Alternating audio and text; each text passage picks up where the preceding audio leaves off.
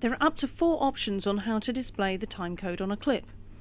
The default is source timecode, indicated by SRC. Source timecode can be the time of day the clip was ingested, or it can be from an external source such as a tape deck. This decision is made at the point of ingest. Moving the cursor above the last digit of the timecode enables access to the other options. Click to cycle through the options available. The timecode with no prefix is destination timecode. This is a constant timecode generated by the system, similar to a control track.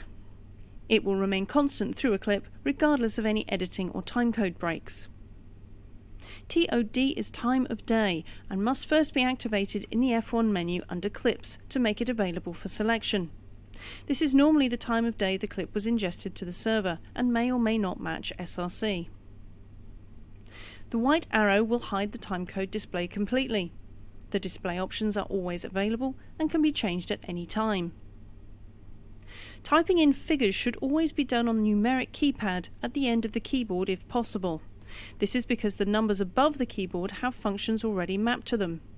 Make sure numlock is switched on the keyboard before using the numbers.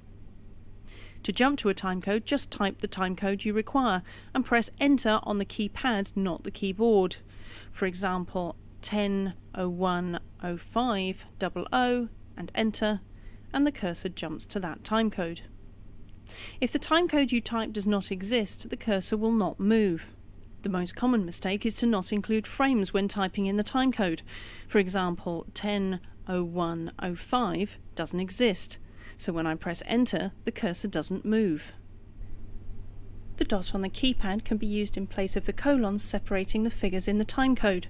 So if I wanted to go to that timecode again, I could type 10:01:05 dot Enter.